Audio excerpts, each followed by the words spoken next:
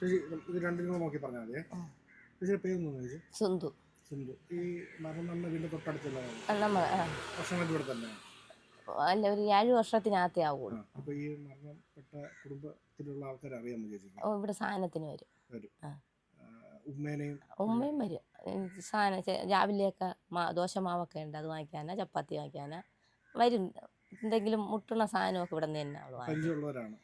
പരിചയമുണ്ട്. എങ്ങനെയാണ് അവര് ഫാമിലി? നല്ല ഫാമിലിയാണ്.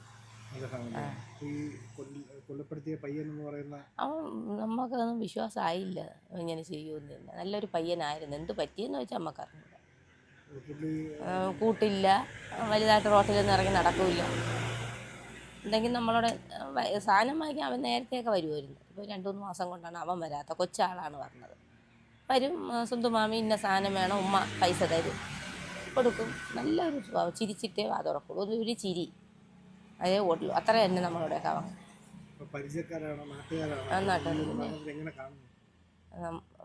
നമ്മളെ ഇവിടെ എല്ലാവരും നല്ല സ്നേഹമാണ്. പരസ്പരം എല്ലാവർക്കും സ്നേഹമാണ്.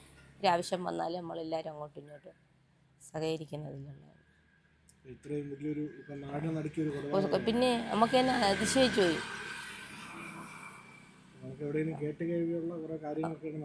പിന്നെ നമ്മൾ TV-യിൽ വാർത്തയിലും പത്രത്തിലൊക്കെ കാണുന്നത് നമ്മളെ കണ്ണു മുമ്പ് തന്നെ. നമുക്ക് വേറെ ഒരു വിഷമമൊന്നുമില്ല. കൊച്ചിനെ ഒന്നും ചെയ്യാതിരുന്നാൽ സാധനം കൂടെ അവൻ തന്നെ പറഞ്ഞത്. നേരത്തെയൊക്കെ രണ്ടുപേരും കൂടിയാണ് പറഞ്ഞത്. അവൻ കൊച്ചായിരുന്നില്ലേ, ഇപ്പം അവൻ ഒറ്റയ്ക്ക് വന്ന് വാങ്ങിക്കും. ഇല്ല, നമുക്കതൊന്നും അറിഞ്ഞൂടാ. ഇപ്പം TV കൂടെ നമ്മൾ കണ്ടാണ് അറിഞ്ഞൂടാ. അത് ഇപ്പോഴും നമ്മൾ TV കൂടെയാണ് കേൾക്കുന്നത്. അല്ലാതെ നമുക്ക് അതിനെ കുറിച്ച് പറഞ്ഞൂടാ. അങ്ങനെ ഒരു കടബാധ്യതയുള്ള ഒരു ലൈഫ് സ്റ്റൈലാണോ അവരെ കണ്ടാ? ഇല്ല, സാധാരണ വിദേശത്ത്. ഇല്ല, 7 വർഷമായില്ലേ നാട്ടിൽ വന്നിട്ട്. സ്വന്തം വീട് തന്നെ. വാങ്ങിച്ച് വസ്തു വാങ്ങിച്ച് വീട് വയ്ക്കുകയാണ്. കൊച്ചു മോനെ സ്കൂൾ വിട്ട് വിടേണ്ട. ഇപ്പം ബസ് നിർത്തിയില്ല. ഇത് കണക്ക് വന്ന് നിർത്തും. ഇവിടെ നിന്നാണ് നടന്നു പോയത്. ഒരു 4:30-ക്കകത്ത് കൃത്യസമയം. സ്കൂൾ വിടുന്ന സമയം അറിയാലോ. അപ്പോഴും ബസ് കിട്ടി. ബസ് വന്നിറങ്ങി എന്നെ ഞാൻ ഈ തൂണിൽ ഇതേ കണക്ക് നിൽക്കുകയായിരുന്നു. അങ്ങനെ ഇറങ്ങി പോണേ ഞങ്ങൾക്ക്. ഇപ്പം സ്വന്തമായിട്ട് പോകും. കൊച്ചിലെ എൻ്റെ ഉമ്മച്ചി അവിടെ ആക്കിയിട്ട് അവിടെ വരുമ്പോൾ ഞാൻ ഇപ്പുറത്താക്കിയാണ് സാധനം കൊടുക്കണം. എന്നിട്ട് ഞാൻ അപ്പുറത്താക്കി കൊടുക്കും. എന്നാലും ഇപ്പോഴും ഉമ്മ വണ്ടിയേറ്റി വിടും രാവിലെ. കെട്ടിപ്പടിക്കണം മോനെ. എങ്ങനെ അവള് സഹിക്കുമോ? വിളിക്കാനില്ല, ബസ്സിൽ വന്ന് ഇറങ്ങും. ഞങ്ങൾ TV-യിലെ വാർത്തയിലാണ് അറിയുന്നത് ഈ അസുഖം ഉണ്ടെന്ന്. ഇവിടെ എല്ലാം കഴിഞ്ഞ് 7 വർഷമൊക്കെ കഴിഞ്ഞെന്നാണ് പറയുന്നത്. അതുകൊണ്ടാണ് അവർ പിന്നെ പുറത്ത്. ഇല്ല, കാണുമായിരിക്കും. നമുക്കെങ്ങനെ അറിയാം? ഇല്ല, ഒരു മനുഷ്യൻ്റെ അവസ്ഥ. അതെ, അവൻ സ്കൂൾ വിട്ട് പോയപ്പോൾ അവൻ്റെ ചേട്ടൻ അവിടെ നിൽക്കുകയായിരുന്നു. ആ ബൈക്ക് ഇരിക്കുന്നില്ലേ, അതുകൊണ്ടൊരു വണ്ടി ഇരിക്കുന്നുണ്ടായിരുന്നു. അവിടെ നിൽക്കുകയായിരുന്നു. എന്നിട്ട് അവനെ കയറ്റിക്കൊണ്ട് വെഞ്ഞാറൂട്ടിലോട്ട് പോകണമാണ് ഈ കൊച്ച്. തിരിച്ച് കൊച്ചു ഒറ്റയ്ക്ക് ആട്ടയിലാണ്. കയ്യിലൊരു വെള്ള കീസും ഉണ്ട്.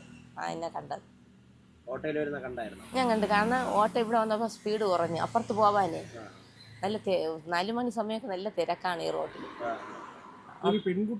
അത് ഞങ്ങൾ അവിടെ നിന്ന് വരെ എടുത്തപ്പോഴാണ് നമുക്ക് തന്നെ ഒരു അത്ഭുതമായി. ഞങ്ങളാരും കണ്ടിട്ടില്ല. ഞങ്ങൾ കണ്ടിട്ടുമില്ല. നമുക്ക് അങ്ങനെ ഒന്നും കണ്ടിട്ടില്ല. ഞങ്ങൾക്ക് അറിഞ്ഞും കൂടെ അങ്ങനെ ഒന്നും ഉണ്ട്. അവിടെ അങ്ങനെ നടക്കണം അങ്ങനെ ഒന്നുമില്ല. ആ വീട്ടില് നല്ലൊരു കുടുംബമാണ്. അതാ അവൻ്റെ ഉമ്മയൊക്കെ നല്ല സ്നേഹവും മക്കളോടെ ആയിരുന്നാലും നമ്മളോടെയൊക്കെ നല്ല. ഇല്ല, അങ്ങനെയല്ലേ മക്കളെ പറയുള്ളൂ. ഒരു അമ്മമാരും ഒരു മക്കളെ. ആ സ്കൂളിൻ്റെ അവളെ ഉമ്മയാണ് താമസിക്കുന്നത്. ഈ സ്കൂളിൻ്റെ എവിടെയാണ്. അത് ആ കടയിൽ ചോദിച്ചാൽ പറഞ്ഞു തരും. എനിക്ക് അത് കൃത്യമായി എനിക്കറിയാം.